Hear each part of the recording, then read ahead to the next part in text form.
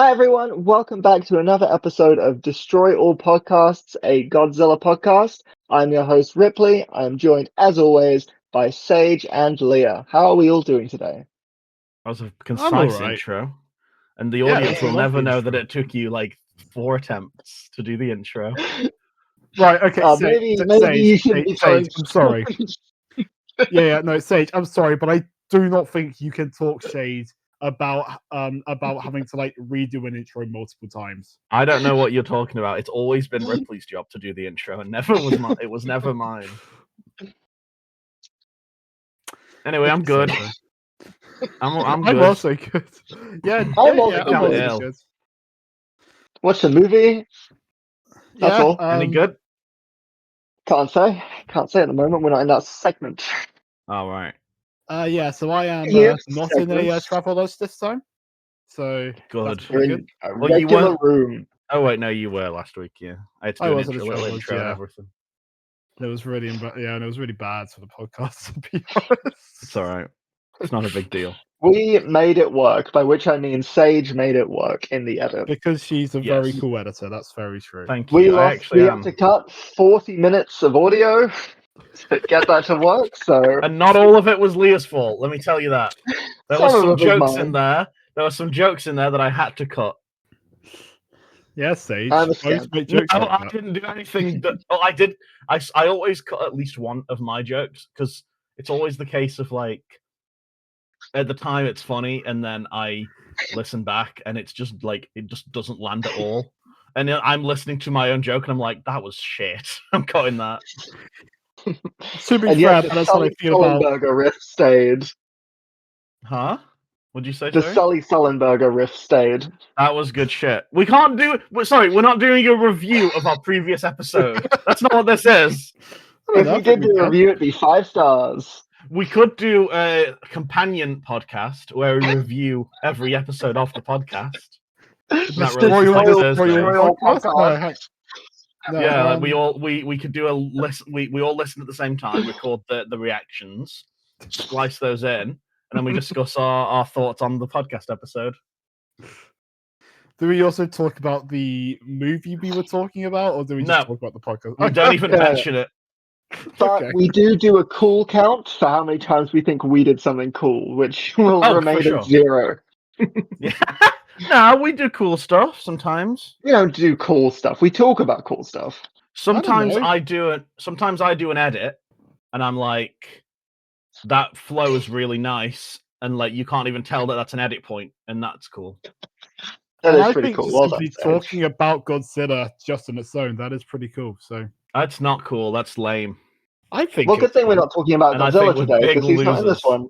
True. True. Yeah. I miss it. It's been a couple of weeks without him. Who is in I don't think I mentioned in the intro that we are covering the movie Mothra from 1961. I didn't say that in the intro. That's fine. They can read the title. They can look it out.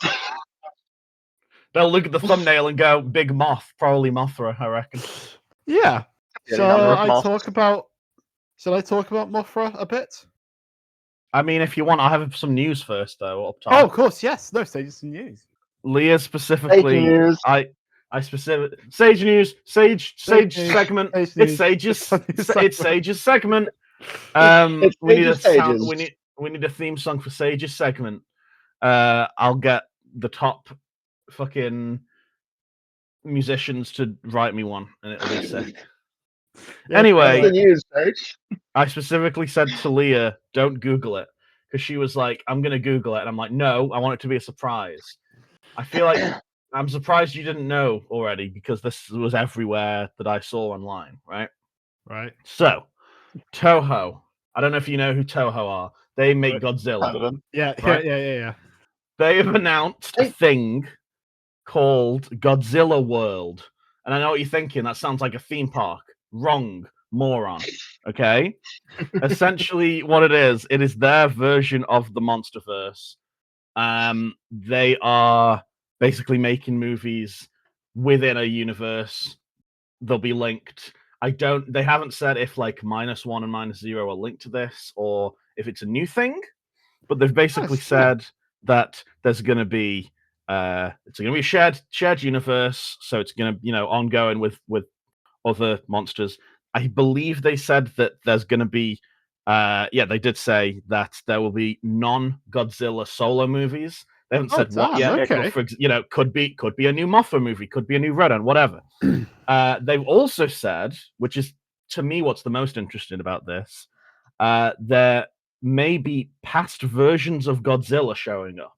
Now, I assume this would not be in the same like shared universe or whatever. I'm assuming Godzilla World, as it's called, is like just like as an umbrella thing, because the rumors are that when they say past versions of Godzilla, years ago they announced a sequel to Shin Godzilla that never happened.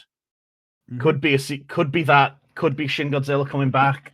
Obviously, they'll presumably do more -1 stuff, and some shared stuff, which will be cool. So I guess it's kind of their version of the MonsterVerse, and I guess what the show era was as well. Like they'll be doing a whole bunch of stuff, which is pretty sick.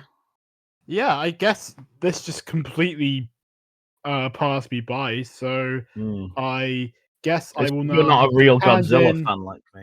My Godzilla credentials, and also this will be my final episode of the podcast. I am very sorry. I understand. Ripley, did you hear about this at all? I did, but I was going to feign surprise, but I froze on the spot, so I've revealed that I knew.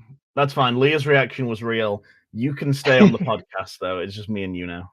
But fans. But this sounds friggin' awesome. So it really does. What's everyone hoping for? I would go Rodan because I loved Rodan last week, and I think a modern Rodan movie would be sick. I would definitely want to go for some new. Definitely for some new. Okay, No, I want some actual new monsters, because we haven't really had any new Japanese monsters since the early 2000s, and I'd be very interested to see what they can cook up now. That would be good. Yeah, I'd be up for that. Yeah, that was my news. I want Godzilla Final Wars 2, and I want them to do the same thing again, where all of the kaiju show up at once, including Godzilla 98 and Shin Godzilla as well. Yes. And he just kills Shin Godzilla, and then Shin Godzilla, as he's dying, goes, "Thank you. I've been wanting that for a while, actually."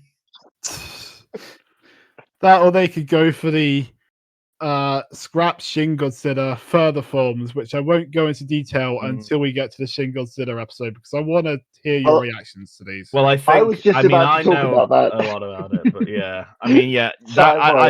When they said that there was a Shin Godzilla sequel, and then it just kind of stopped, we didn't hear anything about it for years, I assume it'd be a sequel, so I assume they would go into the further forms and stuff, which would be cool. Okay, so maybe we'll get more of that, which would be interesting. Well, it sounds like Ripley was going to say something. Well, it's just I remember Hideaki Anno saying that what he wanted to happen was for Shin Godzilla to spawn hundreds of smaller Godzillas that would kind of rain hell upon humanity, and I would be keen to see whatever the fuck that is. All I will say is that the further forms in the art book, they go way further than that. That's what I'm going to say. Look forward to covering it in 2 years' time when we get to Shin Godzilla. Me too. But for now, what are we covering? We're covering the movie Mothra from 1961. 1961. It has been 5 years since the last movie that we covered. So no, it was last week. It's been a long 5 years waiting for you guys to come back on the call. How are you guys? Any updates in the last 5 years? I'm 35. Wow, you're old. Yeah, that's right. I'm now 31, so I'm basically decrepit. I'm also 31. Took me a minute. Oh yeah. Shouldn't have taken you that long to figure out. I'll be real. Okay, no. Okay, now let's just get into it. All right, let's talk about the history of Godzilla. Here we go. Godzilla 1954. We're starting again. Honda was depressed. you get He was lost. traumatized from the war, and he wanted to make a movie about it, about a big lizard. No, let's talk about Mothra instead. Okay. All right. So of course, you know, we come to the history segment, and of course, I was speaking earlier. You know, this is a segment that is pretty much going to be in like every single episode. So let's give it a name. So I have decided to call this segment "Destroy All in Education." Open brackets about the film we are about to talk about. Close brackets. Well, that's a really good Nice. and snappy title. Nice I and love that. tight. It's short. It's to the point. I love it. I'll definitely remember it for next week. Brilliant. So will I. So, okay, so right, okay, so when I kind of took the role as the one who does research about the films, there was one thing that I wanted to find out about Mothra, and that was why is she a moth? Why, out of all of the bugs they could pick, would they choose a moth? Why not a wasp Because or it's a cool. beetle Yeah. or of course even a butterfly? You know, what? Mm. Why a moth specifically? And I did find something. Okay. So a moth was chosen to represent transformation, right? And now obviously all bugs transform throughout their lives, but it does go a little deeper than that. So essentially, moths have always been quite a holy creature throughout Japan, especially silk moths, partly due to the very sudden transformation, partly due to the very sudden transformation they undergo when they are aging, but also due to the silk that they produce. But I think the most important thing is that there is a Japanese yokai, also known as a supernatural entity, which is a giant silkworm which has saucer-like eyes, has a huge wingspan, and it also has a stinger. And of course, this yokai roams around the country, and of course, it protects humans and specifically the world by slaying demons. When you consider that Sounds Mothra is familiar. when you consider that Mothra is a guardian kaiju, you know, like it's one of the few truly benevolent kaiju in the entire Godzilla universe. That's why Mothra is a moth. It is sort of based off this yokai. Sick. So, as for the movie itself, in 1960, Toho producer Tomoyuki Tanaka hires 3 writers to create an original story for a kaiju film. This was serialized in a magazine in early 1961, and it was then adapted into a screenplay by screenwriter Shinichi Sekizawa, who essentially takes his inspiration from, of course, like previous kaiju films, sort of like King Kong and also Godzilla. And he also throws in his own experiences of starving in the South Pacific Islands during World War II, with causing him to basically envision a movie in which mysterious events occur on an island. So my world was improved. And so here's where the edit comes back. Yeah, so essentially it kind of does. Okay, I'm not going to say it does everything Rodan did, but better. It still has the weird pacing issues, and obviously it's trying to be a different movie. But because like, if it's going to do the like whole have the bulk of the monster action in like the last 20 minutes, the least it can do is have an interesting human plot line, and I would say this does. This is a very enjoyable human plot line. Mhm. I like the characters a lot. I think having a human villain was absolutely the thing that they should have done for Rodan. 100%. I actually really enjoyed this. This might genuinely be my favorite so far. Interesting. Interesting. Well, then I guess I could counter that with my one-word review for this movie was beautiful. I thought Oh, this was legitimately my favorite one so far of this rewatch. I loved it a lot. I thought you had the human story, which was actually like I could follow it, and it wasn't weird and confusing and boring. We had these nice journalist characters. We had a villain who sucked. He was fucking terrible. I loved him. Like he did an evil laugh, like in every scene for no reason, just in case we yeah, it was forgot. awesome. He like like represents like colonialism and like capitalism and shit, and basically anything you don't like societally, he can represent in this context because he's doing horrible things. And he oh, bless you. He eats shit at the end in a way that I love, that we'll get to. And Mothra shows up and she doesn't want to destroy this fictional city, which we'll get to. She just wants her fairies back. Like, she's calm. She lands, she takes them, spoilers for the end of this. But it's not a big destructive finale. We have all the destruction, and then the end is about like a peaceful resolution that doesn't involve the villain eating shit and dying, which is good. But like, it's probably, I would say, so far, it's like the kindest movie that we've had in this franchise. They weren't trying to be like, Mothra was a force of nature, but in like the nice way, in like the Mother Nature way, in like the Mothra Nature way, if you will. And it was just very pleasant. I just really liked it. Yes, you can tell that like Ishiro Honda was kind of wanting to make nicer movies by this point in time. He'd gotten over his sad boy era. I wasn't going to say he had gotten over his trauma, but I think he was ready to move past it. And that's where we'll have another Reddit point for Sage to pick back up. Let's see if Sage can use a microphone. It hasn't really been that long yet. I don't. Probably won't be charged yet. My one-word review is weird. This is a weird-ass movie, I feel. Like, the last three that we've done have obviously... They've been strange, they've been odd, you know. I'm not saying a big lizard or whatever fighting a big dinosaur is standard, but there's kind of been an element of an attempt at 1950s science behind it all. They've kind of gone, here's why we think this is happening, and it was because of the radiation and whatever. This one, they just go, there's just a magic moth, and she's friends with these two tiny little women. They live on an island, and it's just odd. And that's not a bad thing or a good thing. I just think it's weird.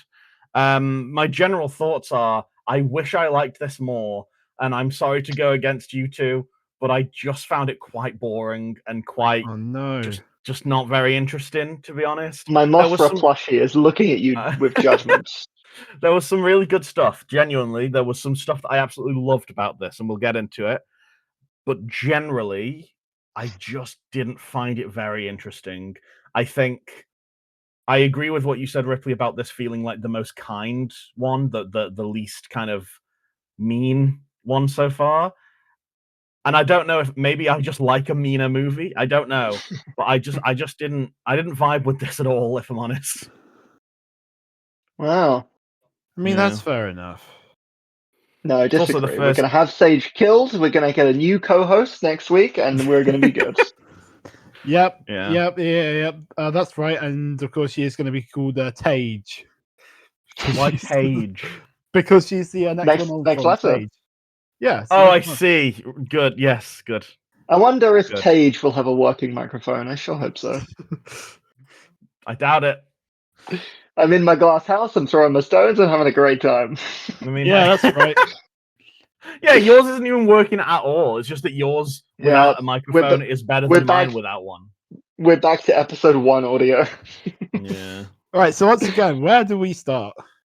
We start on the sea. On the opening credits. Yeah. And I wrote that the music is very romantic and quite beautiful. Beautiful, you say? Yeah. Almost like someone's words that to describe the movie. Interesting. Almost, yeah. Almost. Yeah. They go to an island. There's a helicopter. And I wrote, there's radiation or something, brackets, isn't there always? Yeah, they're very casual about it. Yeah, so essentially, like this island is like parts of an area that is used for essentially a nuke testing. So that's why there is radiation on the island. Is there anywhere surrounding Japan that is not just full of nuclear testing at this point in time? It feels like everywhere they go. Not in this universe, at least. I don't know if there is in real life, but yeah, so everything's radioactive all the time. Yeah, so essentially this ship has been caught in a massive storm, and they have washed up on the shores of this island that is presumably very radioactive. And a rescue helicopter comes to pick them up and take them back to Japan. So that's all good. And so we see almost immediately in the hospital, it seems that in the 5 years since Rodan, it seems that security has improved somewhat because the media, they are not directly outside the actual room that like everybody's working in. They are in the front hall. So that is a significant improvement That is over an everything improvement. we have seen. Yeah, let's keep track of how good the security is in places throughout these movies. I think it's interesting. Joke, but I will. Great. One of the survivors of whatever has happened, we don't know yet, describes this as the worst situation we could be in, which I thought was a bit melodramatic. I think calm down. Like, you're fine. Yeah, I'm also going to say this. This was, like, I understand that this, at this point, wasn't linked to, like, the Godzilla stuff, or presumably the Rodan stuff, but I just feel like you had a war a few years ago. That was worse. I do feel like being caught in a massive storm, and of course then running aground on what you assume to be a radioactive island. That's pretty up there on the bad things that could happen. Also, one of them shirtless. Well, were they? Yeah, he got what's up on an island. What do you expect? But just one of them, and just completely, his shirt's just gone. The others are fine. His shirt's disappeared. Well, he's just having a good time. Yeah, no. So it turns out that all the men are totally fine. They are not radioactive. They are unradioactive. They are totally sober. I was going to say sober. No, they're sleeping into ash and dust. Yes, exactly. But it turns out that the security isn't as great as we thought, because there are two plucky protagonists who have snuck in working for a newspaper company, and they have managed to sneak into the room wearing disguises. And of course, this is where we meet our protagonist, Mr. Zenkichi, who, and I just want to get this out straight, this guy's my favorite protagonist we have had so far. I freaking love Zenkichi. That's interesting, because I wrote that I hate this man so much. What? Why? Is this like the guy who's like he's got a mouse in his trousers or whatever? Yeah. I hate him. He's awful. He's not funny. He's I irritating. thought he was a fun, silly guy, but also there's in one of the scenes, I think the next scene we see him in, he's wearing like this black suit and his hair's done in a certain way where he looks like the Beast from The Chase, Mark Labette.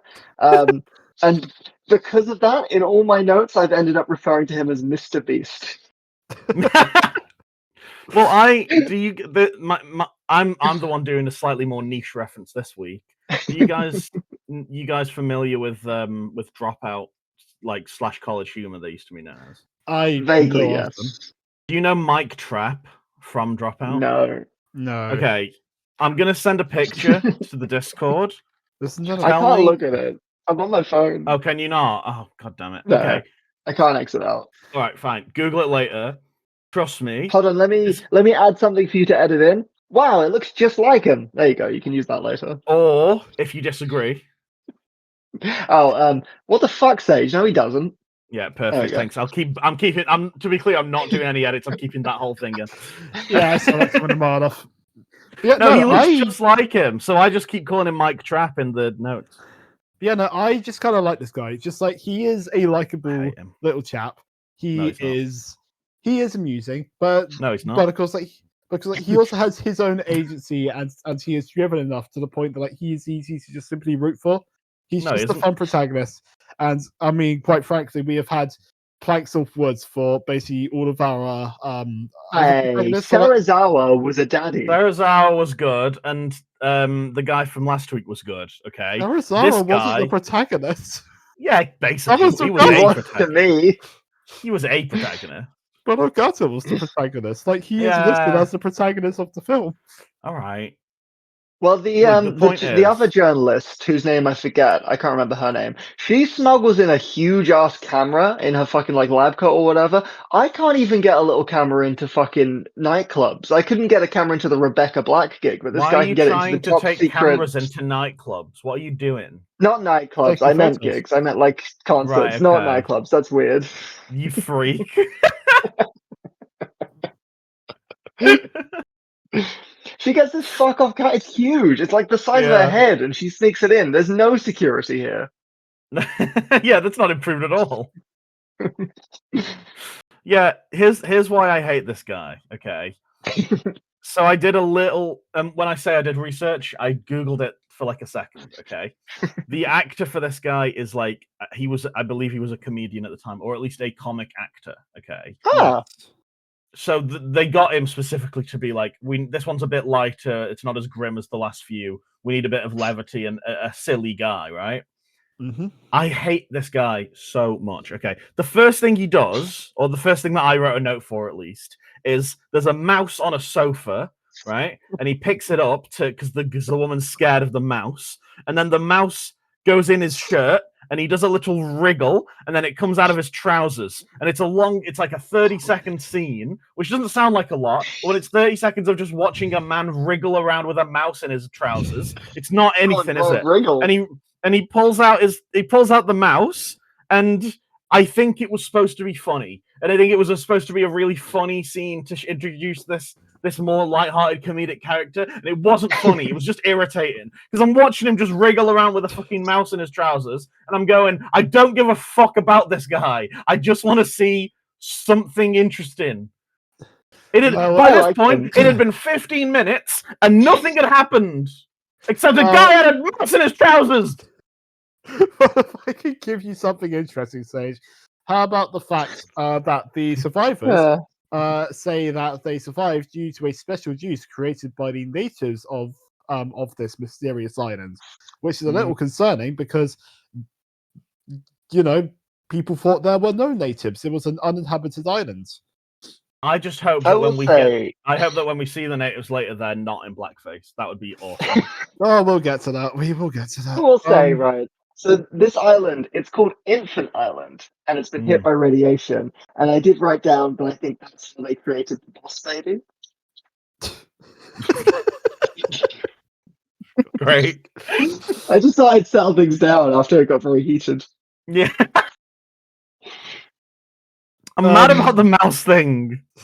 It's just a mouse. Calm down. It's okay. Pissed me off, man. It actually pissed me off. Why did it piss you I off? don't know. I was watching it. I was like, just fucking hurry up with this mouse. Well, you know, he's a good guy. He will just, put up with any sort of discomfort just to help someone out, My man Goro he's would not have nice. done that mouse bit. He probably would He's have. too busy killing miners. Yeah.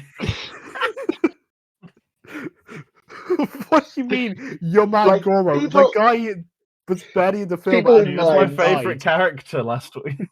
Well, that's a He only has two really arms. shining indictment on all of the other characters in that film. Well, No, yeah, I it's not can't- your I- favorite. no, The guy I who just- died I'll be immediately honest. is your favorite character. I'll be honest. I just couldn't remember any other character names from last week because I'm bad Yeah, at I character figured. names. I figured. So So the country. yeah, that where has are been- we? Yeah, so the country that is right. So the country that has been doing all of these nuclear tests, it is called Rositica. I think that's Yeah. how it's Relisica, I think. Yeah. I've got it on. I've got and the synopsis it's up here. clearly meant to be like a fusion between the US and also Russia. I think that's fairly clear. It's like a San Francisco situation. Mm. Yeah. When are we gonna do Big Hero 6? Can we When do that in season Never. 2? There's no we kaiju will in it. do Big No, Hero but 6 when there's a kaiju in it. But the comic of Big Hero 6, Baymax is a kaiju. Then we'll read the comic like and a then big you go, dragon. oh man, I wish this was like the movie. This sucks, and I can't judge it based on its own merits. Oh, I love that movie. It's a good movie.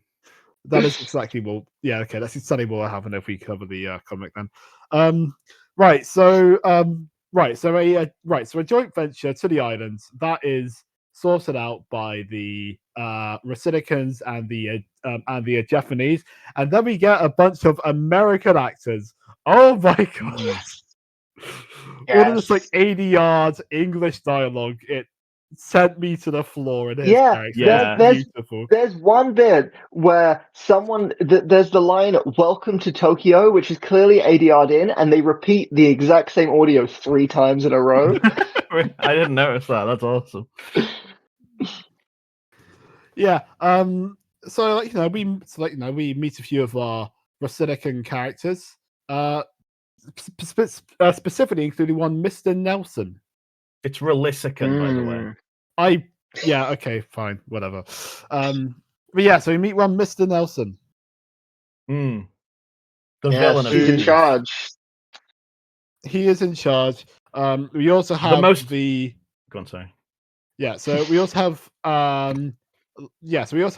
a Mr. Chujo, who is the guy who had the mouse, and also his kid is in the movie. Don't mention the mouse. Also, no, I wrote down about this guy. There's a line where he says that he's talking about himself because he's holding like a newspaper over his face the whole conversation, and he says, yes. I've not got a face worth showing." I thought he was really handsome. He's pretty handsome. So who was He's this? Who was He was the guy He's the guy that Zen was interviewing. The mouse guy. Yeah, the mouse guy. And he's got a son named Shinji, which is important to note down for when I make a joke later about Shinji. Okay. Oh, can't wait. So wait, was the mouse guy was the guy with the newspaper? Is that right? Yeah, Yes. he was holding the newspaper over his face. Yeah, what another great bit that definitely didn't go on way too long. What another great joke that he just kept doing. Yeah, you fucking would.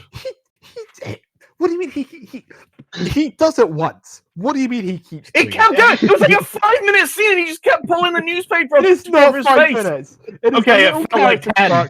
It is a little character quote that informs you about the character, all right? That's all it is. Okay, but we already had the mouse thing at this point, so I was already furious. Well, I mean, actually, I was kind of hoping it would be like in the 2000s Grinch movie where he sat at his desk after he shaved and he takes the book down and there's like his feet are up and he takes his feet down and there's a bag over his face. You remember that? I don't remember that bit of the Grinch. No, my references are too niche. Sorry. No, Sorry. I mean, no. Like to be fair, that is not a niche reference. That's not a niche one. Yeah, that's not a niche one. I haven't seen the Grinch for years. Yeah. Where are you, Christmas? It's not anyway, a go-to Nelson, Christmas film. What's everyone's go-to Christmas film? Mine is and always will be Elf. Mine is Mothra, 1961. No, it isn't. Don't lie. What do you mean, Sage? It takes place at Christmas.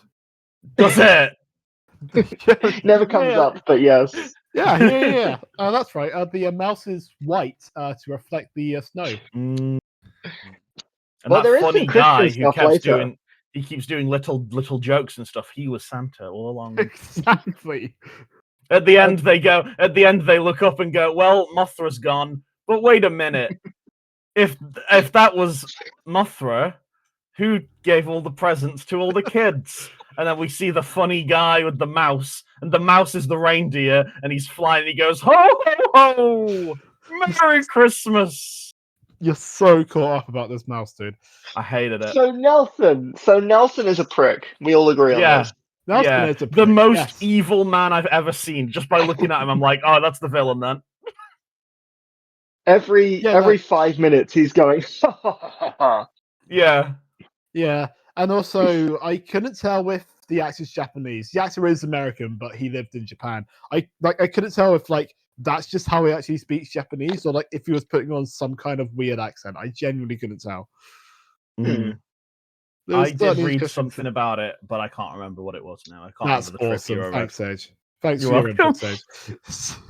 At one point, I wrote, and this is a shout out for one of my friends and listeners of the podcast by name. I wrote, Corin is going to be mad at me for not paying attention to this one. I am also. Okay. So, makes 2 of us. Yeah, I also. To be clear, I did pay attention. I did write notes. This was an early note. This was this was the note after the mouse bit, and I was like, fuck's sake, man. So, right. So the expedition goes. So the expedition goes ahead, and it turns out that that Zen has, of course, Mr. Beast. which has been set up because, like, he managed to sneak into the hospital room, and I'm like, oh my gosh, He's they a managed to sneaky tell me a boy. thing about a character, and now it's coming into play. That's nice. And I so do then think he at this almost, point, Nelson finds him and he snuck onto the boat, and Nelson is Yeah. holding a gun, and I'm amazed he doesn't immediately open fire.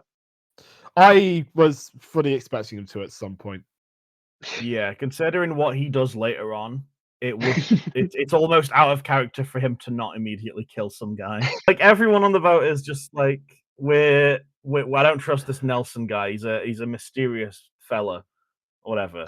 It's like And he 4 is. conversations in a row, and they're just like, I don't trust Nelson. I mean, to be fair, would Yeah. you? Like, if you had no No. prior knowledge about him, would you trust him? That wasn't a criticism.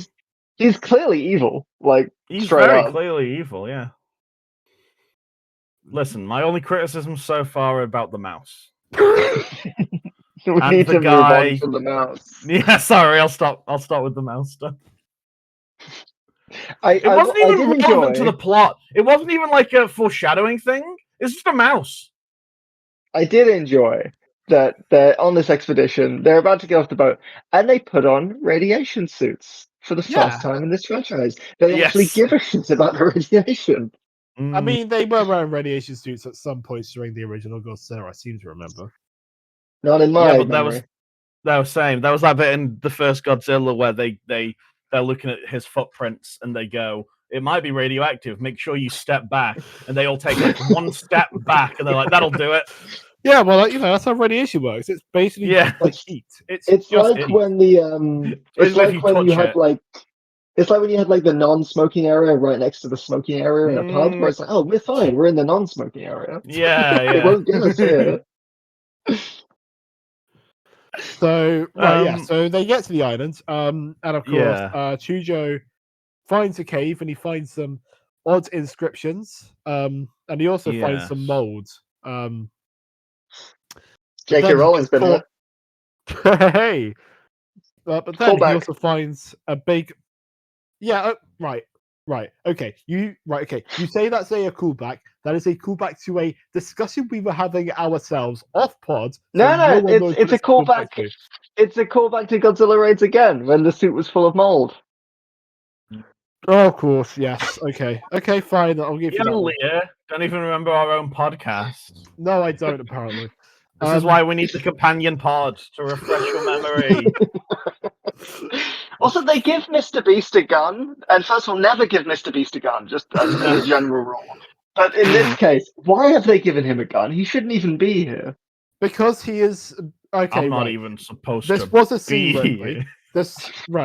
This was a scene in which he was. Of course, in which, like, after he had been discovered, Chujo basically hires him as a bodyguard. Like, it's like he is just there as a bodyguard because they can't exactly send him home. Because he's a moron and he just trusts people immediately. Well, like they've met and he's proven to be trustworthy because his partner didn't take his photo once he removed that newspaper. You see, it is things that all come together. Maybe. Also, all of the guys going onto the island, they have these backpacks that have like one big red canister and one big yellow canister, and it looks like ketchup and mustard, and I quite like that. Well, if they find any, they find any delicacies, Bloody they big need to hot know dogs. how they eat. Yeah, exactly. So Chujo gets in. Chujo gets eaten by a massive carnivorous plant, but then he finds 2 tiny women who basically help him out.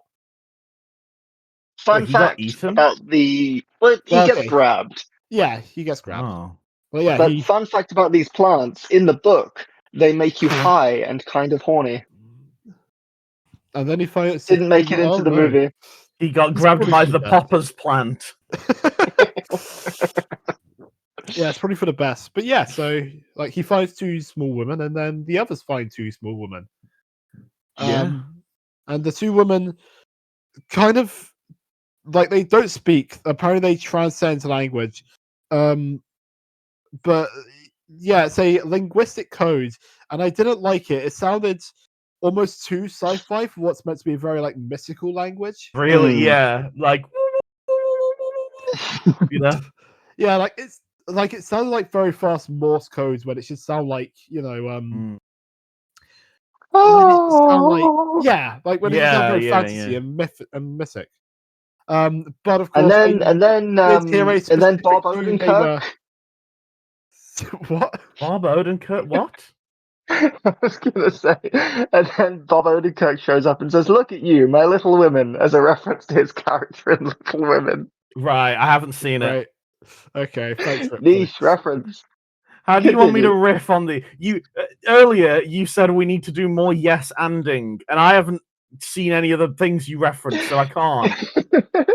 Could have been Maybe like, when Charlotte died, that was really sad in Little Women. I can't remember if Charlotte Spoilers. died. Oh man, I was gonna watch it tonight. So of course, Nelson goes to pick them up, and then a man in full body blackface pops out of the trees. Yeah, I wasn't keen on that. And if you I loved it. No, I didn't. And if you thought that's where it's at its worst, oh boy, have we got a surprise for you?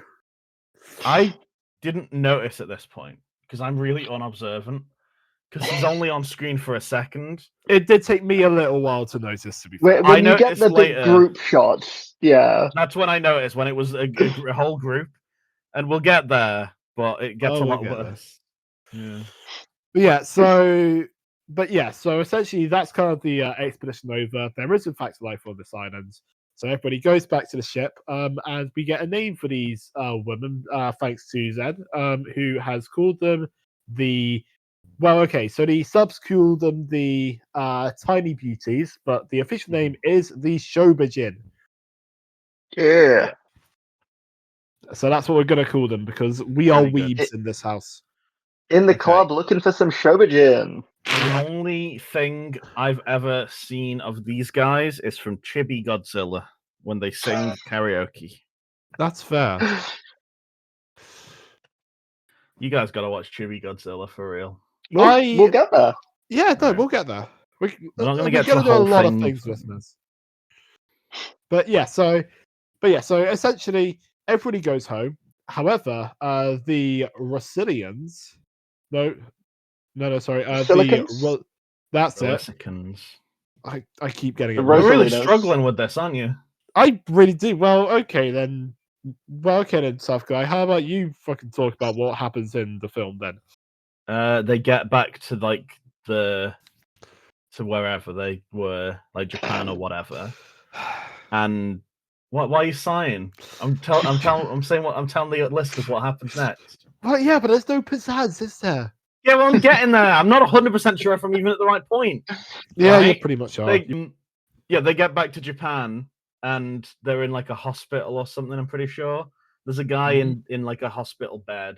And that's right. Okay, so the guy who's in the bed, that is the guy who got eaten by the plant, or he's got grabbed by the plant. No, it wasn't. Yes, it was. Okay, right. Why do you think he's in a hospital bed? He just got grabbed by a massive kind of. No, it wasn't. No, it wasn't that guy because it's definitely that guy. It's not because unless I'm skipping back on the boat. Listen, right? Listen, because I wrote that the funny guy. In fact, you know what? I'll just read out this note verbatim. I despise this guy. He keeps doing lines that are supposed to be funny but are really unfunny. Like at one point, a guy says good night and he says, "What kind of attitude is that?" and crosses his arms like he's annoyed, but he's a bad actor and he's not funny. Okay, Sage. Yes, and this. No, yeah, it's a different guy in bed because he's the guy who got grabbed or whatever is pissed off at him for going to bed when he's in hospital. Okay, if you say so. Okay. And then they're like, let's go find these little women again. Right? Yeah, they leave, they get home, and then immediately the Rosilicans are like, anyway, back to the fucking island, let's get some little women. Yeah, and they go and find them, and it's a good little scene. Yeah. Apart from the sound design, which is the worst thing I've ever heard. And also apart from all of the blackface again. Yeah, all the blackface thing I didn't like. There's a lot more blackface in this. There is, yeah. Well, the first of all, when they grab the little women who are just played by like Barbie dolls when they grab them. By the way, I thought okay. I do want to say actually, I do feel like the cuts of the Showmagin being grabbed. I actually thought that was quite well done. I thought it's quick. You don't really see them as dolls for, of course, like long enough for it to really be an issue. I was quite I thought that was quite tightly shot. Maybe I'm just more observant than you because I noticed immediately. I was Granted, like, okay, right. Barbie doll. Okay, granted, yes, I did notice, but I don't Mm. think it was an issue. I mean, it doesn't ruin the movie or anything because it was already ruined. I accepted it earlier. I accepted it because it was 1961, and that's what special effects were back then. Yeah, you got some women in front of a blue screen, and you just kind of put a big hand over them or whatever. And you picked up some Barbie dolls. No, but the scene is like good, and then the whole way through, there's just this really annoying noise that's just playing literally constantly, and it's like ear grating. Yeah, and then they pick up the women, and then they shoot everyone. They shoot everyone? Yeah, they shoot all the natives. Oh yeah, they do. So yeah, the natives show up because they're pissed off that the women have been picked up, and at this point, it's clear that everyone's just in blackface. Yeah. Yeah, they I guess they kill everyone, then they go back home again. And at this point, I wrote, they're back home now, and we still haven't seen Mothra. I'm so pissed. Well, we do see a big egg. Yes, that's right. Not quite yet, I don't think. Because a guy in blackface, after everyone else has been shot, he basically goes to their temple, and he basically does a big old prayer to a big old egg, and everyone's in blackface, so maybe maybe they deserve to get shot, and yeah. I mean, in universe, they're not in blackface. Yeah, it's the conflicting thing there. Where, like, I don't like natives being shot by colonizers, but I also don't like blackface. So I don't know who to root for. Yeah, I mean, yeah. I mean, again, the characters are not in blackface. You can root for the characters, even and not the actors. Even if the way they were portrayed wasn't, great. Oh yeah, they were portrayed as era, wasn't it? Oh god. Yeah. What's interesting after this is Nelson, who is this like tough, evil, like military guy. He's kidnapped these fairies, and he's like, I know what I'm going to do. I'm going to put on a fun little show and dance and have them sing, and I'm going to have this pram that goes across the sky. Right. So I have a question about this.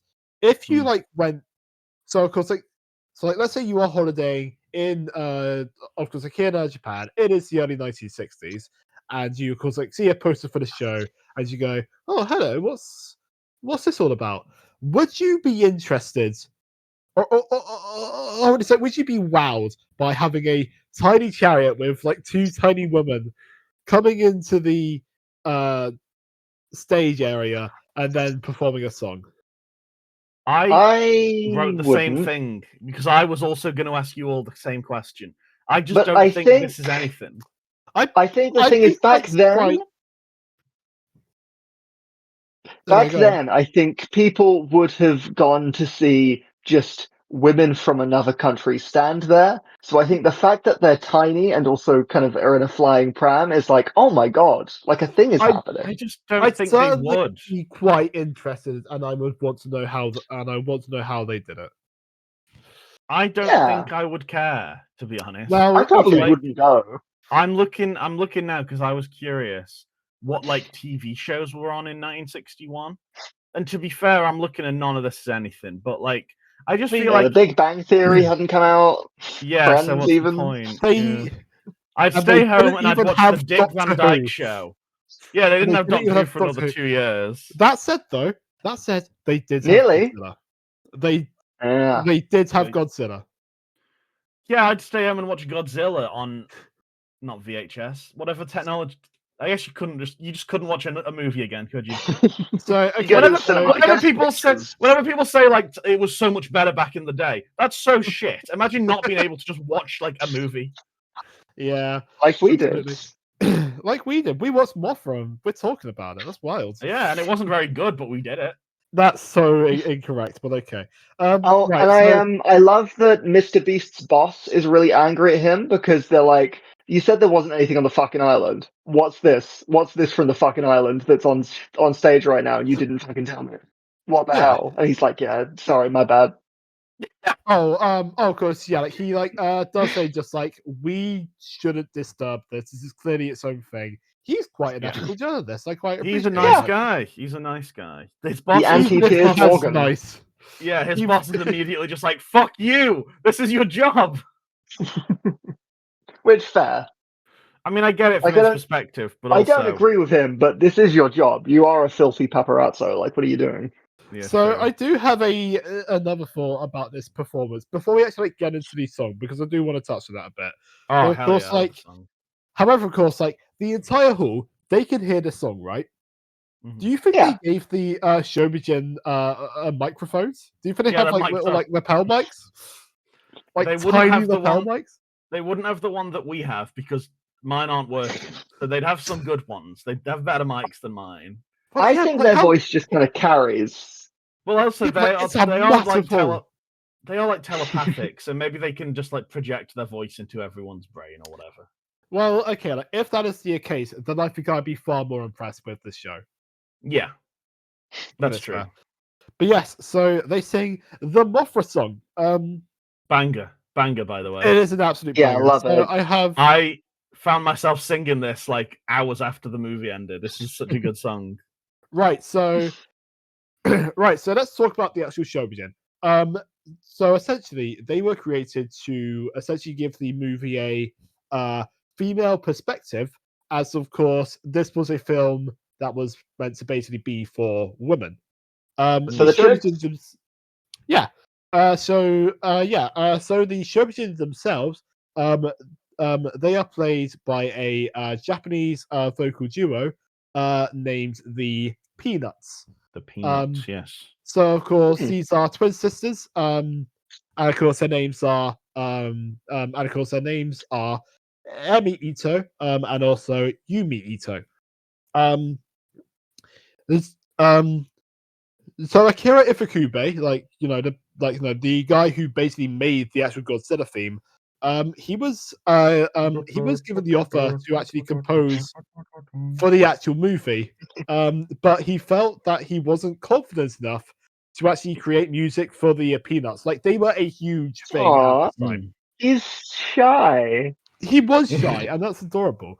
The actual Mothra theme, it was actually originally written in Japanese, but in this film, it is actually sung in sung in Indonesian, and it was translated by just a random exchange student who was at Tokyo University at the time. That's great. Oh, I love That's that. who translated the song into Indonesian, and yeah, no, the Peanuts kill it. They are great at it. It's a great little song. I genuinely love it. It's an absolute banger. It is almost always stuck in my head. And it goes a little something like this. And then we're gonna play the whole thing and get copyright claim. No, Ripley's gonna sing it. Okay, no, go I on, don't Ripley. want to. I'm worried I'll sound racist if I start singing the songs. I don't want to. Well, okay. Speaking of racist, we get a Oh god. we get a really cool cut back. Of course, back to Mothra's egg. In which, Speaking of racist, we get some really good racism here. Just some good old-fashioned racism.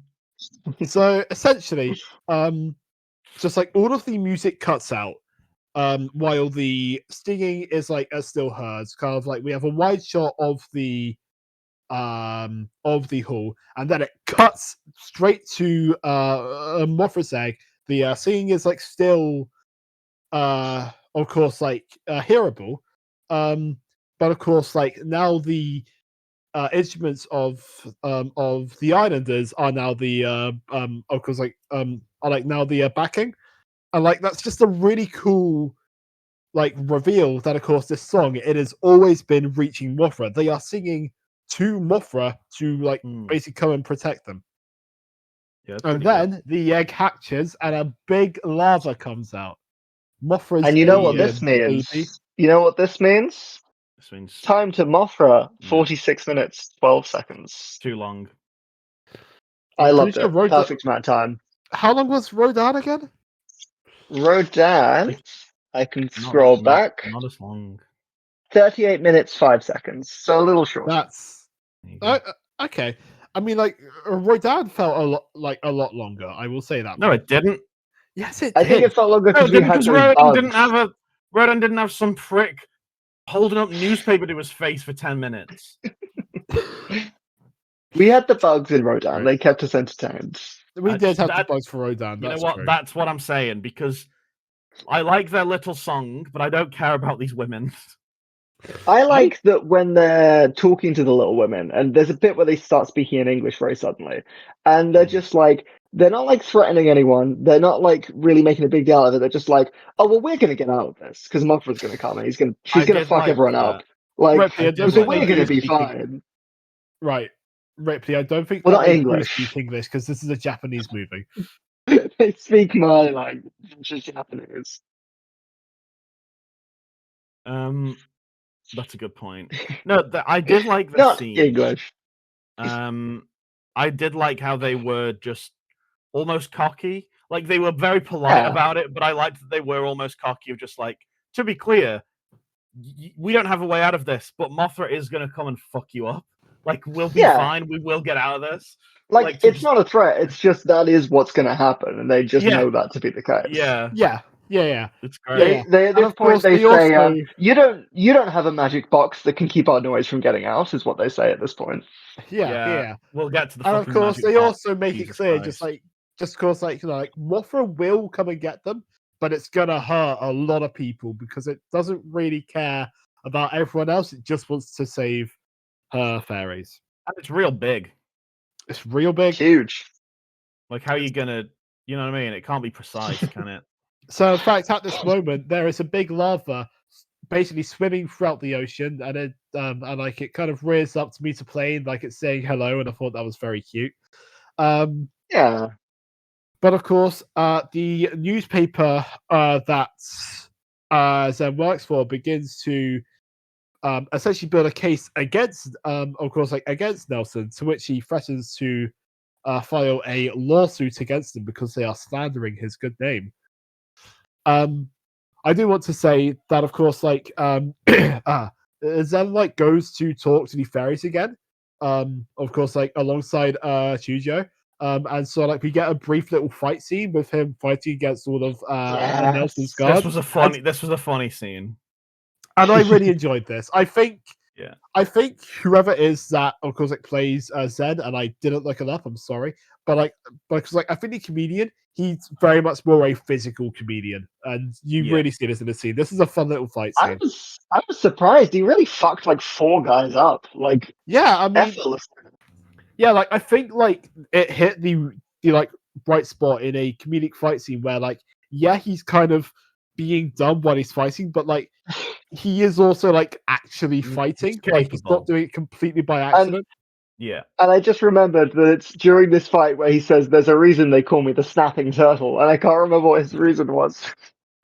Because he never lets go. He is called the snapping turtle because he never lets go of a story once he starts. I love it. That's pretty. I love him so much. The bit I love in the press conference before this, where Nelson is on stage getting yelled at by all the journalists, and he just says, "I'm getting annoyed," and he walks off. Which is how most press conferences go today, to be fair. So they feel like that's something Trump would pull now. Yeah. And who wants to do a Trump impression? Who wants to act that out?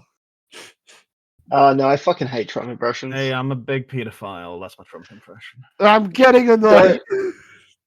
Well, yeah, I think you'll find that specifically today in an interview he said, "I'm not a pedophile" to camera, which is an interesting thing to say. But he is, well, though. I'm glad you made it clear. Oh, is this slander? Do you want to chuck an allegedly in there, Sage? No, I don't. But you're editing, so I'm powerless. All right, fine. Fucking allegedly. Shut the fuck up. This guy's a cunt. We need to kill him. Right. So essentially, Mothra gets attacked a bunch by the JSDF. To be clear, I'm not going to kill him. and we get what's probably like a lot of archival footage again. But essentially, Mothra is assumed to be destroyed until she is not dead, and she attacks a dam on the Japanese mainland. And of course, we get a big scene with everybody escaping. And of course, Zen runs out to save a baby while the dam collapses. You're skipping forward so much. I had so much to say about this taxi. Oh god, okay, sorry. You've really skimmed past this. First of all, I want it on the record that while I do think Trump should be killed, I'm not going to kill him or do any kind of attack. I want that on the record. Second of all, I just don't want to get in trouble. You know, I don't want I don't want the FBI coming over and killing me. Okay. Yeah. Second of all, I have a couple things to say about this. Mothra is kind of swimming over for quite a long time. There's a part which it's pretty cool. The way that they like attack her the first time is they drop a bunch of like barrels of oil around her, and then they like set fire to it so that the ocean is on fire. And I just thought that was that's probably a real technique used in like war and stuff. I don't know. That was just when cool giant to me. moths attacked in the war, they used that technique. No, but shut up. You know what I mean? That's probably a thing. I'm probably just being stupid by not realizing. But that was just a cool moment to me. That's fair. Then also there's a bit where there's two guys in a room and they see Mothra coming up from a distance. And at this point, I was once again annoyed because I said that my exact words in the thing were the comedy in quotation marks in this movie sucks so bad. None of the performances are funny. A guy drops some mugs and it's bad. Then a guy chokes on some food and it's bad. Okay, Sage, I'm gonna be honest. The guy like being so shocked that like he just like stuffs the entire rice cake in his mouth. I find it kind of funny. It was stupid. It was stupid. I hate that joke. It's funny. No, but it wasn't funny, was it? It was funny. It was funny. I'm dropping my mugs everywhere. Oh, I'm putting food in my mouth. I'm a big idiot. Fuck you. Tell us in the comments if you think it was funny. All right. Tell us in the comments if you think Trump should. No. I'll move on. Yeah, please. There's also, I think, I have two separate notes between like this and the dam scene of them doing that show again, the exact same show with the pram and the singing. And then I also have written a few times that Nelson is being comically evil, but that's just, I think that every time they come to him, it's just Yeah, that's true. Okay, so we're at the dam scene now, yeah? Yeah, with the baby. Well, first we do get the bit where it's established the glass, like a glass box surrounding them. Right. Okay. Yeah, that is a synthetic metal. I will say that much. Basically, it's a synthetic metal that can block telepathy. I didn't like that. It was stupid. It's Magneto's helmet. How do they know it blocks telepathy?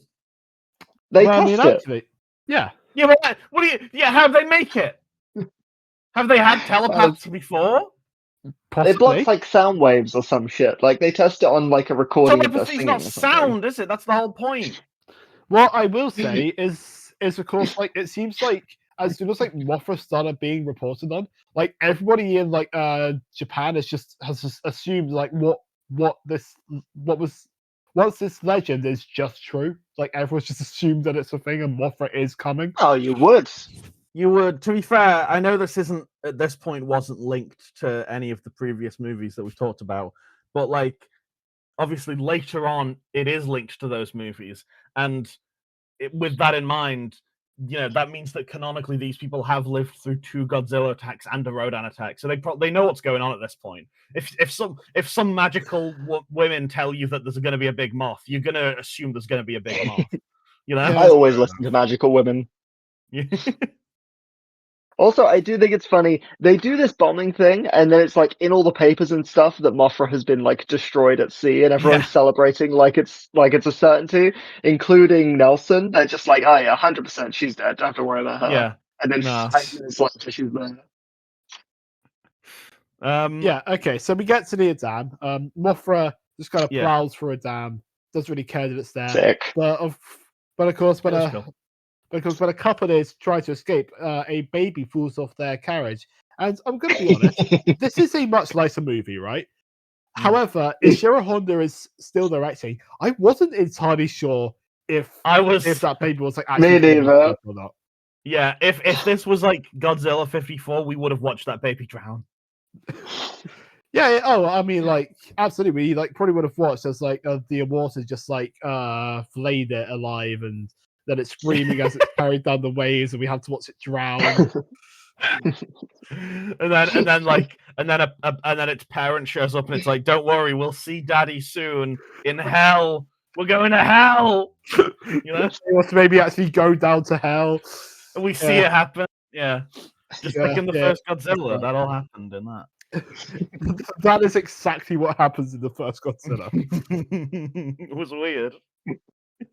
We didn't mention it in the podcast because we didn't think it was relevant. Yeah. No, it was just a weird moment. It wasn't really worth mentioning. Yeah. But naturally, Nelson sees this happen. He's like, "Wow, that baby nearly died. I'm gonna get the fuck out of here." So he chucks the fairies in a suitcase and he hits the bricks. Yeah. And also at this point, and also like at this point, both the public and also his government, they have now turned on him. So his guards basically give him a disguise when he goes to the airport. Which and bullshit! and, like, He's spent the last month making himself the most famous man in the world because he's got these fairies. Yeah. Okay, see, here's the thing, Ripley. This is the 1960s. No one's looking at him. No one cares. They should. A guy takes his briefcase for 2 minutes, and then he just kind of gives it back, and he just goes, "Sorry about that, mate," and that's it. And there's a Mothra on the way. To be fair, you probably wouldn't be looking for some guy. Yes. And now, yeah. Oh, yeah. They don't know that. However, just before this, the kid, Shinji, he basically sneaks into Nelson's place. How does he sneak in? By hiding underneath a big chicken. And it is at this point that I drew attention to his name earlier being Shinji. It is at this point that I wrote down, "Get in the giant chicken, Shinji, or I'll make Rei do it again." All our Evangelion fans are going to love that. I thought you were going to say Metal Gear Shinji. I was hoping for a MGS reference, but that's pretty good too. Do you have any specific references for this? Do I have anything? No, I don't know any characters called Shinji except for this kid. So I guess my reference would be this kid takes the women or whatever, and he's called Shinji. Why is Leah dying? Because you caught me off guard, that's why. You can't talk through a cough when you know I'm going to have to edit out the cough. But Shinji, having snuck in a giant chicken costume, just runs into the room. It's not locked. They haven't locked the room with the incredibly important fairies and everything. Just takes him, nearly gets out. He nearly just leaves. He takes a wrong turn. If he'd just walked out the right door, he would have just gotten out with those fairies. Yeah. Yeah, they grab the kid and someone one of the guys just takes the hat off the kid's head and whacks him with it, and it's great. I mean, the kid is basically presumed missing, and the police basically go into a room and just go, "Well, okay, I guess he's not here," and then he just go into another room, but he was very visibly left underneath a bunch of chairs. I think they went for him to die there. They hogtied him. It's fucked up. Wild. But yeah, so it's after this that there's a big lava in the streets of Tokyo.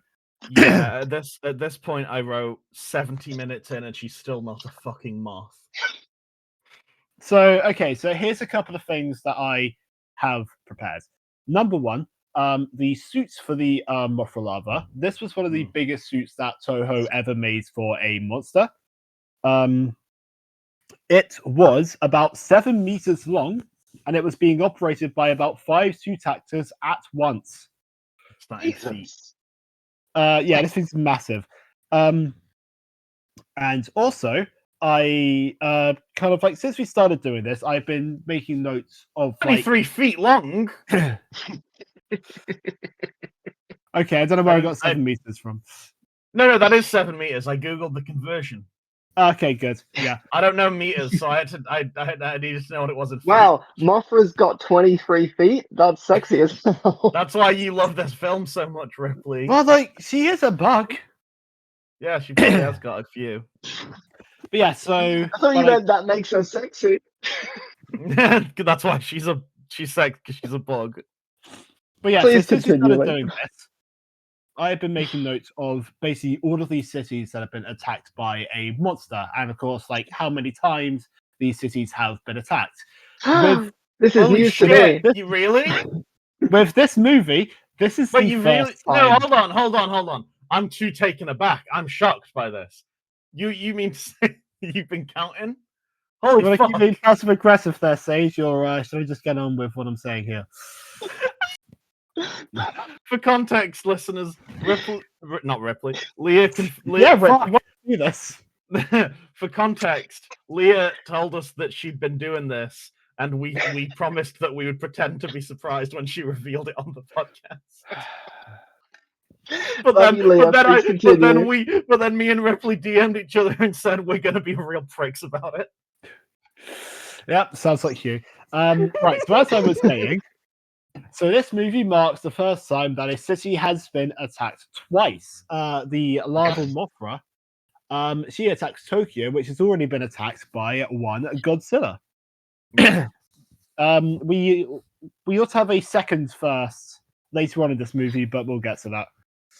That was 7 years ago. They rebuilt it. Yeah, so this is a pretty good scene. I like how so like I kind of noticed we are already at the point in which like everything's right. So we are at the point where like everything is like evacuated by the point that the monster actually arrives. So like no one really dies. It's just buildings falling over. Yeah, And which I like. It suits Mothra because Mothra's not a destructive, like harmful being. She's just there. already she's not. Yeah, already she's not suits trying to be Mothra. destructive and harmful. It Kinda. suits Mothra, but I do feel like it kind of sets a precedent of there's no more stakes in any of these movies anymore. Like immediately, like if every single movie is just going to be, oh no, the monster's destroying the city, but everyone left, so it's fine. That's kind of lame. Well, hey, maybe they should bring in a second monster that is outright a lot more evil. You know? Yeah, Maybe. that would be cool. That's But probably a reference to something. but, you know, I haven't watched. but, It's gonna you know, happen a that's lot. that's just an idea that I've had. That's just an idea. Maybe that's how they breathe new. Maybe life a into big this. gorilla could fight a big lizard. Maybe. What if Godzilla versed someone? Maybe. That'd be like crazy. you Why did would they bring- a rap Come on. verse. Come on, Ricky. Why don't they bring back Godzilla? My name is It's been, Godzilla, like, 6 and I'm years. here to say that King Kong is fucking gay. My name is Godzilla, and I'm here to say I'm going to destroy Tokyo in a very special way. So yeah, so I'm not doing a rap. Fuck you. Yeah, why not? We had a good thing going. It was beautiful. We were yes-anding. It was what you said. We did a yes and we did our first Oh ever shit, riff. you're right. After 4 Yes, episodes, we've and- done a riff. Yes, and my name is Godzilla, and I'm here to say I'm gonna fight King Kong. Yes, that's the way. This is why I didn't want to do it. riff. This was a bad riff. Let's go back to Maybe- not doing riffs. Maybe you don't always need to yes and, you know? Yeah. Maybe think what we we're- could talk about I think is the that's fact that moral. whilst this scene is really cool and there's a lot of cool destruction, occasionally we get some shots of people and it's the worst green screen I've ever seen in my life. Yeah, it's very distracting, isn't it? I also don't Like- think the destruction is that good. Well, you're rude. I No, think it's the okay. weakest. Okay, right. I think it's good destruction. I think it is the weakest we have had so far. Yeah, so it's not good. I love is when it? he climbs Tokyo Tower and then he knocks it down. It's really cool. What do you mean he? That Are is you cool. misgendering Mothra? Sorry, she. Yeah, I What the think of it fuck? as a he when it's a To be fair. caterpillar. To be fair, the Ashobijin do say he, like a bit earlier Oh, on. do they? Yeah. So this one Fair is your enough. boy Mothra. And like to be Alright. fair, there are like boy Mothras in other movies, so I think this one is a boy. So this was a piece of feminist cinema. We're doing. It will be Well, soon. fun fact about the book is it was written by 3 people. 2 of them referred to Mothra as she, and 1 of them referred to Mothra as he, because they just didn't Right. really communicate when they were writing it. Well, that's awesome. I feel like the destruction is. I mean, I guess it's fine, but like it's compared to the last 3 movies, it's really bad. Like I the guess first what it is. Godzilla. I wasn't done. Yeah, no, sorry. Sorry. Godzilla 1954 looked incredible. Like the destruction was amazing in that. Obviously, that's like the main kind of thing that we praised. Raids again, bad movie, good destruction. They destroy that big tower or whatever, and it looks incredible, right? They Rodan. destroy Osaka Castle, yes. Castle, sorry, yeah, not tower. Rodan, again, amazing. He's flapping his wings and it's destroying shit. He did his breath, and it was sick. He killed that married couple, and we all agreed that was awesome, right? This one, she just kind of crawls over some buildings, and they fall apart like they're made of cardboard because they are, and it just doesn't. It just looks cheap. It just looks cheap. What about the bit where she webs the helicopter and the helicopter crashes? Yeah, that bit's awesome. That bit was very rude of her. Like that was. Just I love that bit. No, space. To be fair to her, that's the equivalent of just like killing a fly. I suppose. You know. What I will say, I think to your point about the destruction, I think that's partly because they have the lava light just kind of go down the streets. Like she doesn't go through any buildings or anything. Like the fact is she does go out, like she does not go out of her way to actually destroy anything. She's just going down the streets, and it's like she's just squeezing through a very tight space, and so she's just destroying a few things along the way. Yeah. Yeah, but I mean the actual destruction itself, when like buildings fall apart and stuff, it just looks cheap. Like I think the buildings falling apart is on the same level of.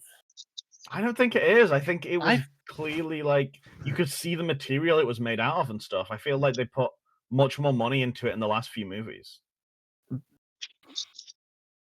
Or maybe they just hit it better. I don't know, but it just looked worse.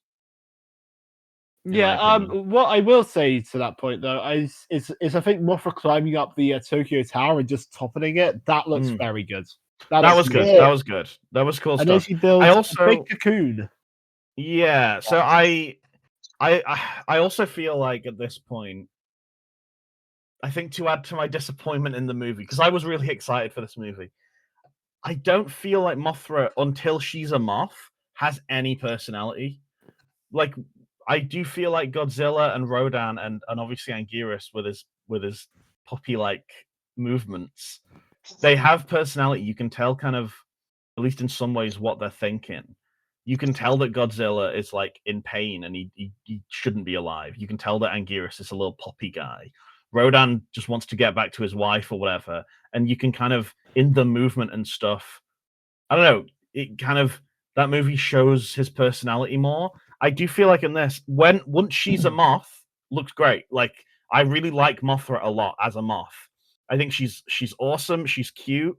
She's beautiful. She's got a personality. I just feel like when she's the lava state, which is most of the movie, she's just not got any. She's just like a thing wriggling around a city with not any. Do you know what I mean? I get it, but also to be fair, this is Mothra as a literal child. No, I know, but children have personalities.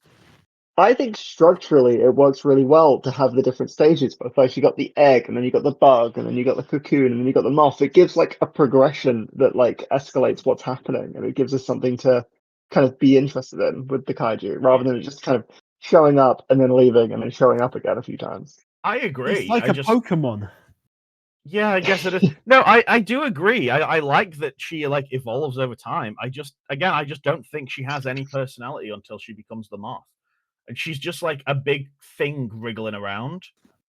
And Same. I think the other I think the other kaiju in the previous movies have more of a clear personality to them.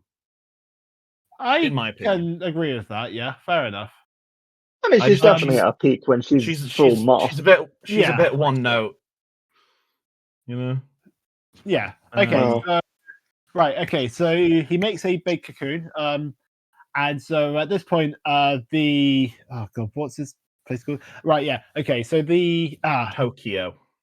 no. Okay. Right. And so the Relician Silicons.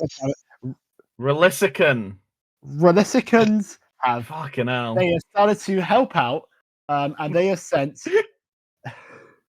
and of course they have sent in atomic heat ray guns that will kill Yes. while he is cocooning. And I like this because everybody puts on sunglasses, but then just like normal fire comes out. Like I don't know what they were expecting. The goggles, they do nothing. That was a terrible impression. No, it was, but I got the reference. See, finally got a Ripley reference. Hooray! Her cocoon looks like a big peanut. I read that it looks like testicles. I thought it does was look like a a bit big pair of baldy. boobs. Yeah. Like, well, we all got a different. We all see what we want to see. It's a Rorschach test. I don't like. Maybe I was hungry when I was watching this. But Sage, so was I. Yeah.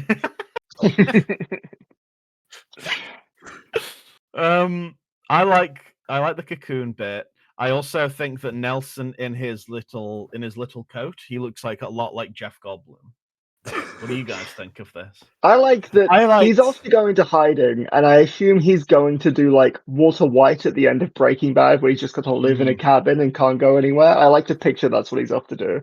I like how he gets home kind of like with all these guys, but of course he is still speaking Japanese until he decides not to, like right at the end of the scene. Like, sure, don't remember. Genuinely no reason for that. You guys paid a lot more attention to what language everyone was talking than I did. But yeah, so I got it wrong earlier. So they fire the guns. Yeah. However, it's not enough to stop Mothra as the cocoon hatches and out pops proper adult Mothra. Finally. At 1 hour, 24 minutes and 33 seconds. Ridiculous. Now that by is the way, too long. Rodan was over by this point.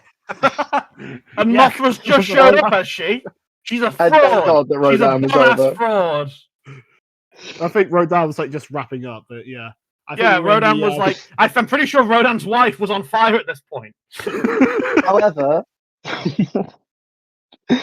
However, Mothra is really cute and really colourful, and I like that. It's new. Yeah. It's not just one shade of grey or brown like every other kaiju.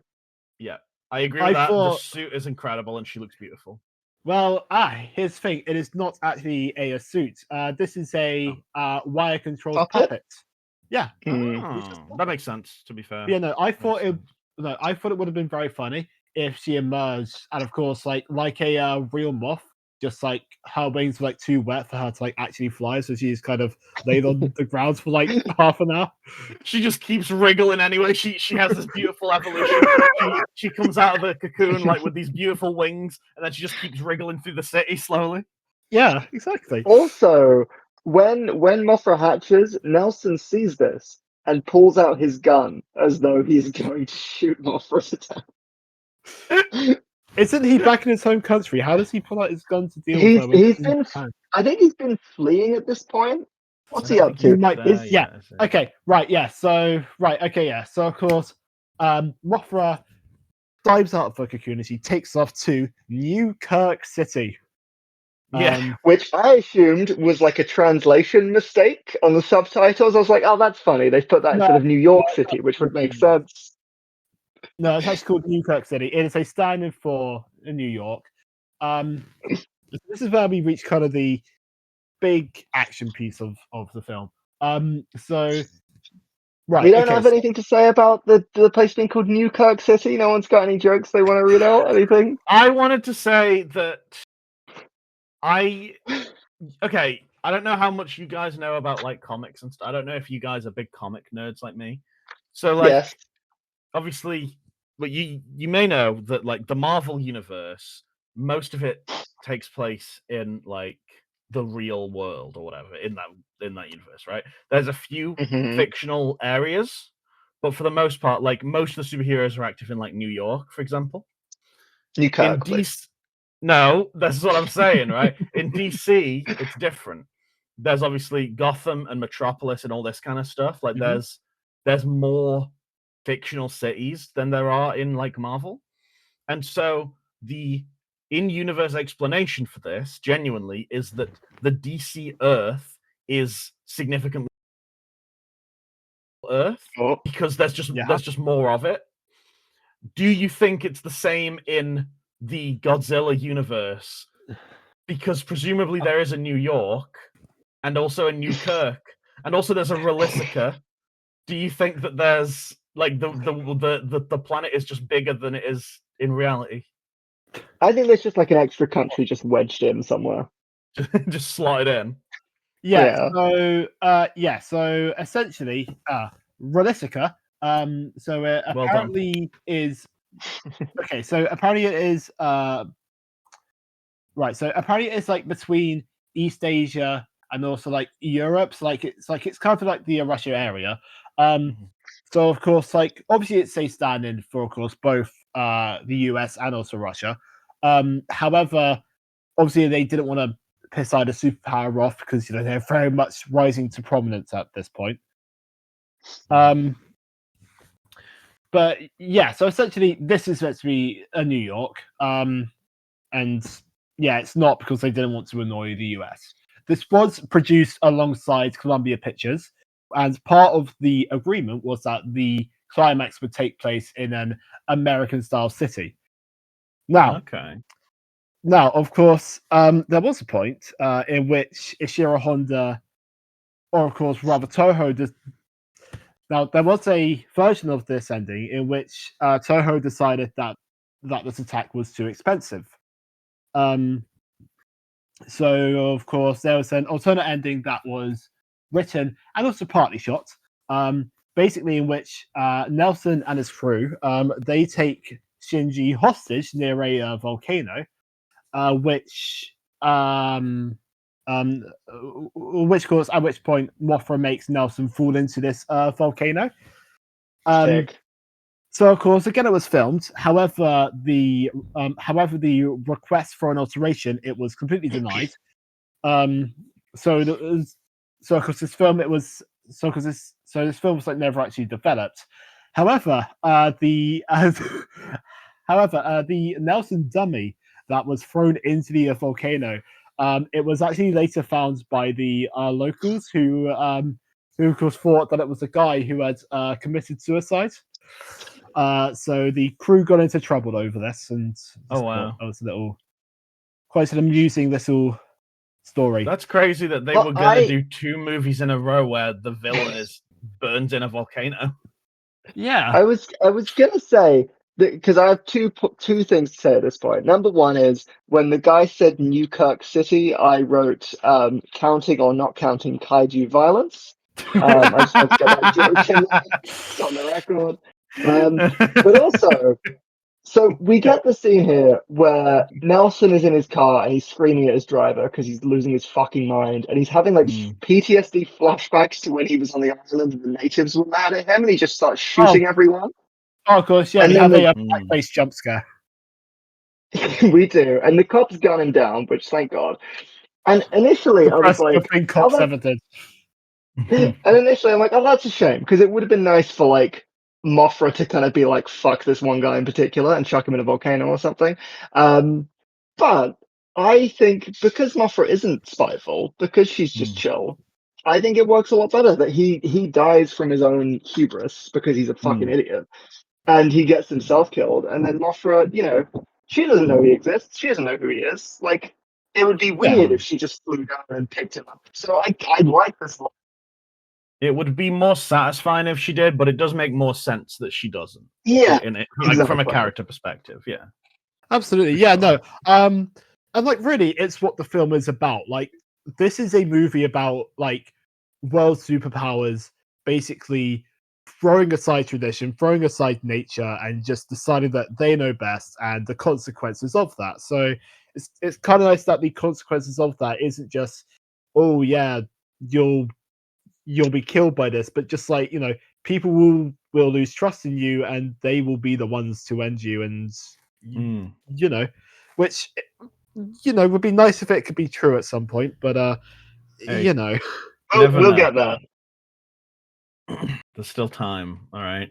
Also, I'm on the Wikipedia synopsis just to keep track of what's happening in the movie, and this refers to it as New York City. Weird. So I don't know what's Again, going it on is. there.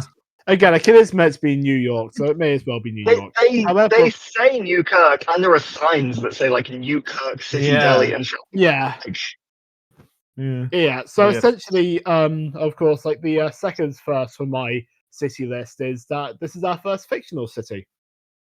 I thought you were going to say this is the first time Newkirk City has been destroyed.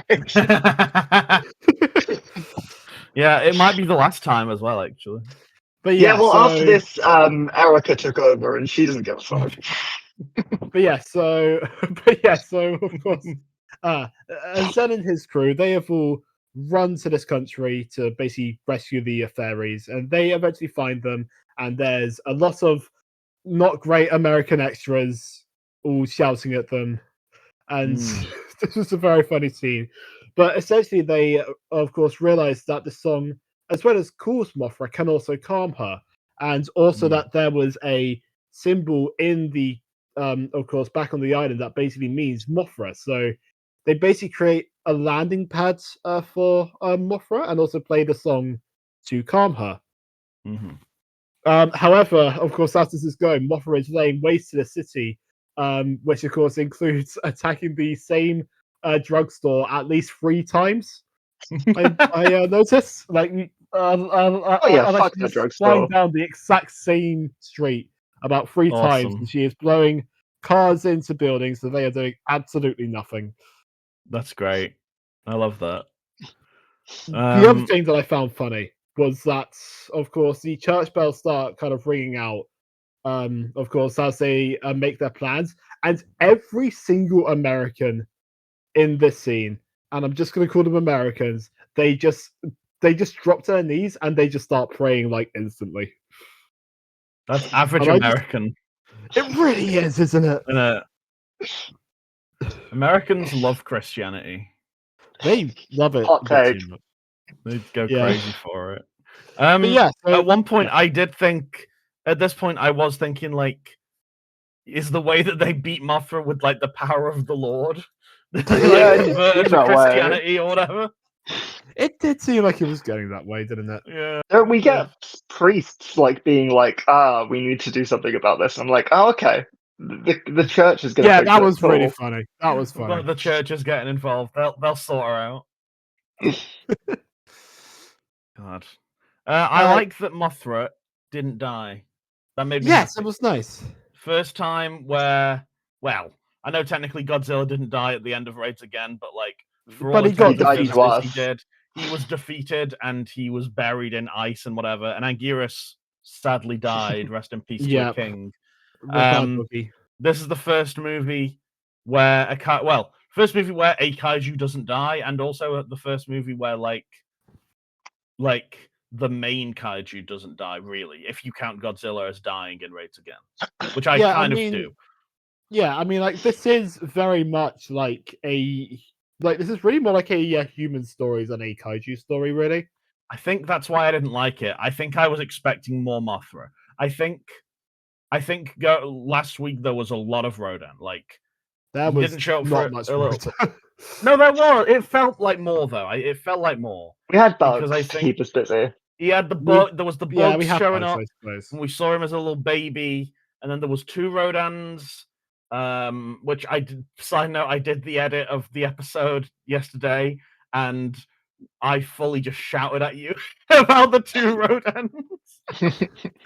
That sounds about right. I think I expected more kaiju stuff, and I think going into this, maybe if I knew more what to expect, maybe I would have liked it more. I don't know. It's hard to say, but yeah, she's not in it much, and it disappointed me. I'll be honest. Yeah, I will say, like, Mothra's rampage did feel like a far weaker version of course, like Rodan's rampage. Kind of like she's like blowing like cars around, but like they like impact the buildings and they don't do anything. Rodan was doing a breath, and that was cool. Yeah. I would like to talk through my experience of the ending of this movie. Well, I would not like to because- listen. Let's end the podcast here. Let's leave. Everyone, No. like and subscribe. Ripley. They've got the fairies in the box, and they're like, Yeah. we want Mothra to come get these fairies, so she'll take the fairies and she'll go home. But Mothra's all riled up. If we open this box now, she's going to show up, she's going to trash the place. So we've got to ring the bells, we've got to sing a song, we've got to pray, and basically just calm her down, because they accept that, generally speaking, the humans have fucked this one a bit. They fucked this one Yeah. up quite a bit. And so they do this, everyone comes together, and because it's in this fictional country where they've got American extras and Japanese extras, it's like people coming together to like unite for a common cause, which, you know, you could interpret as being global warming. You could interpret it as being anything you want, really. And Mothra lands very peacefully, and they open the box, and she just kind of stood there, just out in the open. It's the big puppet on like the airfield or whatever. And the fairies, they let them out, they go over, they get on, they sing, they fly away. And at this point, I cried. You cried at this movie. Wow. I cried watching this because I I'm just sorry found it for being so sweet. negative then. I found it so sweet, and like it was so peaceful, and they would just everyone came together and was so happy. But also, this was Sunday when I watched this, and it was approaching midday. And I did realize at this moment that I was supposed to take my weekly estrogen shot that morning, and I hadn't, so my hormones were probably a little out of whack. But the movie did still make me cry, and I thought the ending was really sweet. And overall, so far, this is my favorite movie that we've done for this podcast. It beats Godzilla 54 for me. That didn't surprise me. I did when I like early on when I was like, I'm not liking this at all. I might like one of my first thoughts was Ripley's gonna be really mad. That's very sweet that you cried though. I can't say I agree, but I respect it, and that's very nice. Yeah, I will remember your respect when we get to the monsters, and I will repay it. Yeah, like I definitely didn't cry, but like I did really enjoy this ending. Apart from when Mothra flew to the sunset, and then like for the last half a minute, we just had people in blackface, and that was a bit of a. Okay. That was a bit of a. You were gonna say you didn't like the closing joke where the photographer lady is like, "I forgot to take any pictures," and everyone wants. Look, I'm gonna be honest. At that point, I was very much on board, and I was like, "That's cute." Yeah, I liked it. I thought it was sweet.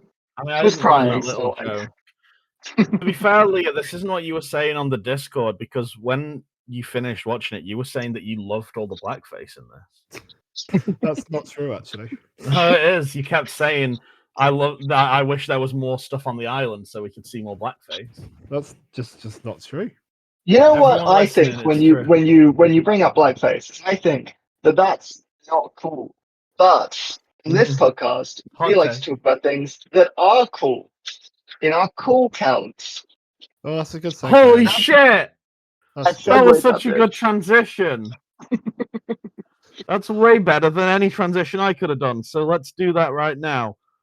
Let's start with Sage. What are your cool things? Oh, We'll go through. We're going to go through, and we're going to say whether we accept them or not. We're streamlining the cool count, everybody. I only have 2 this week. I only have 2. Okay. The bit where they drop the oil into the ocean and then set fire to it, I just thought that was a cool like strategy to kill this thing. Obviously, it didn't work, but it was a cool like visual of the ocean on fire, and I thought that was interesting. Also, she webbed up a helicopter and it exploded.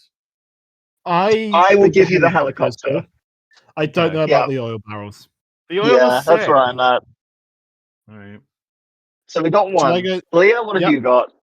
So I've got 3. My first is the cut from the Mothra song to the kind of like island celebration. I think that was a very cool cut. Nah. I want to give you it because I love Mothra. I don't see it as cool, mostly because of the blackface.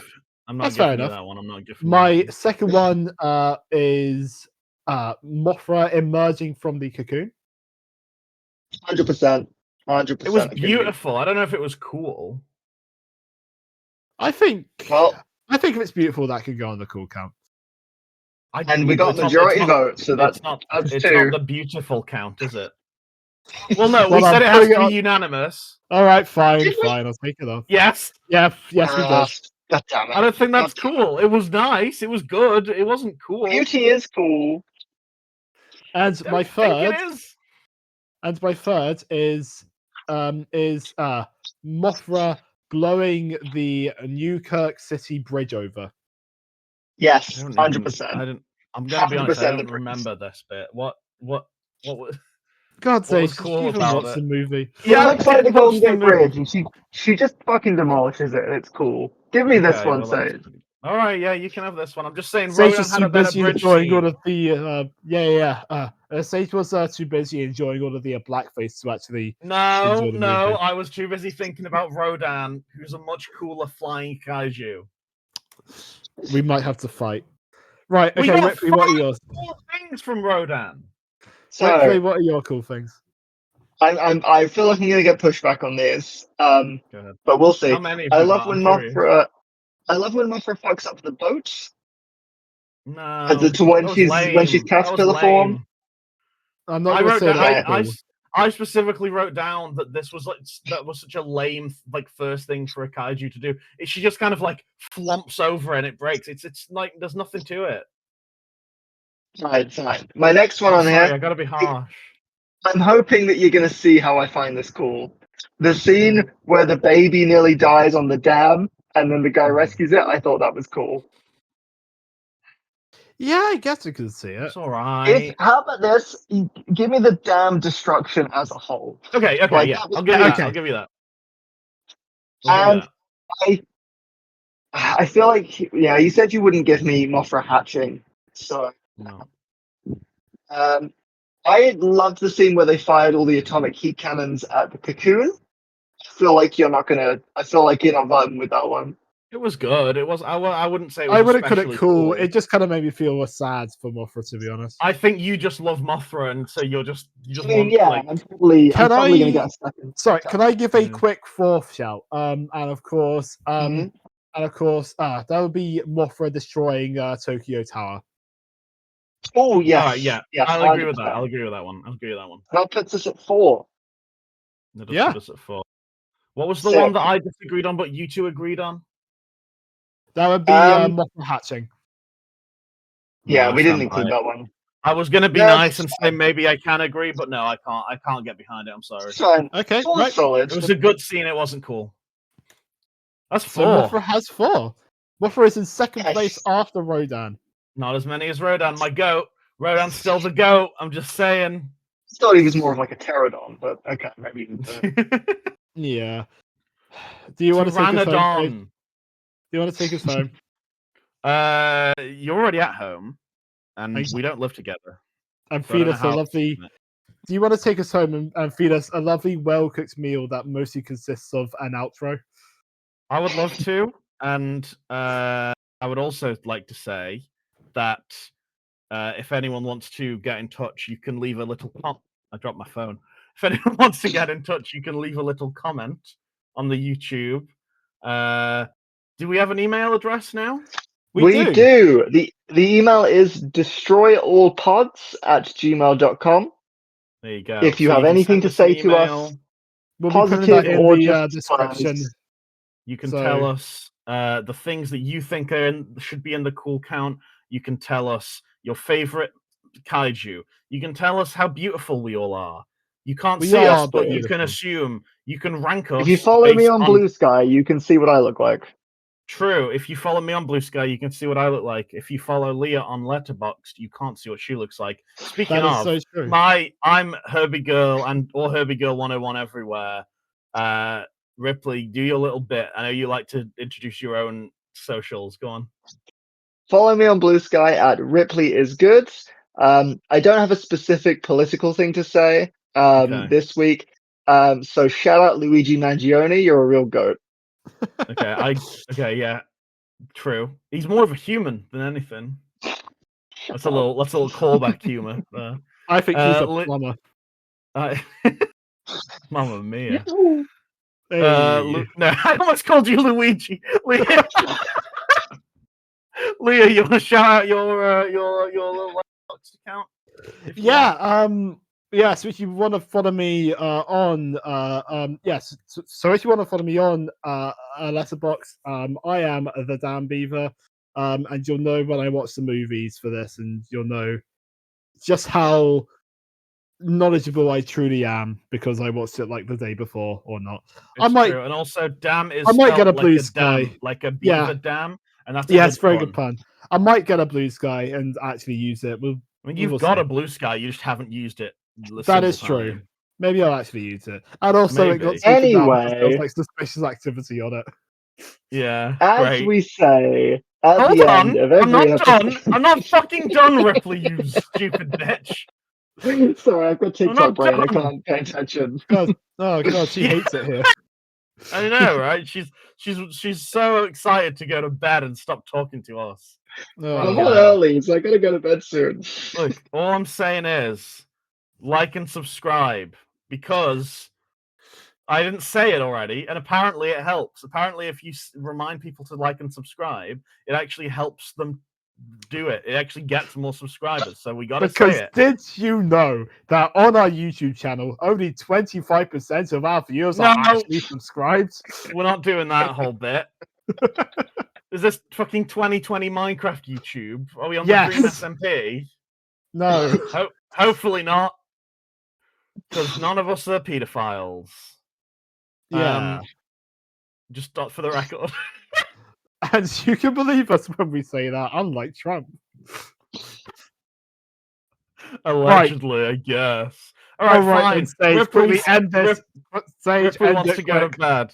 Thanks for listening, everybody. We love you. Keep on destroying and fuck J.K. Rowling because she's a bitch and she causes a lot of suffering to trans people. And you shouldn't read any of her books, and you shouldn't watch the new Harry Potter show, even for a joke. Even if you're just like, oh, it's nostalgic and I'll watch it. You can separate the art from the artist. You can't, because if you watch it, you're giving her money directly that will go to causing suffering and pain to trans people. You're actively stripping away our rights by watching the new Harry Potter show. Thanks for listening, everybody. We're talking about King Kong next week. King Kong versus Godzilla. What if a big lizard punched a monkey? Bye!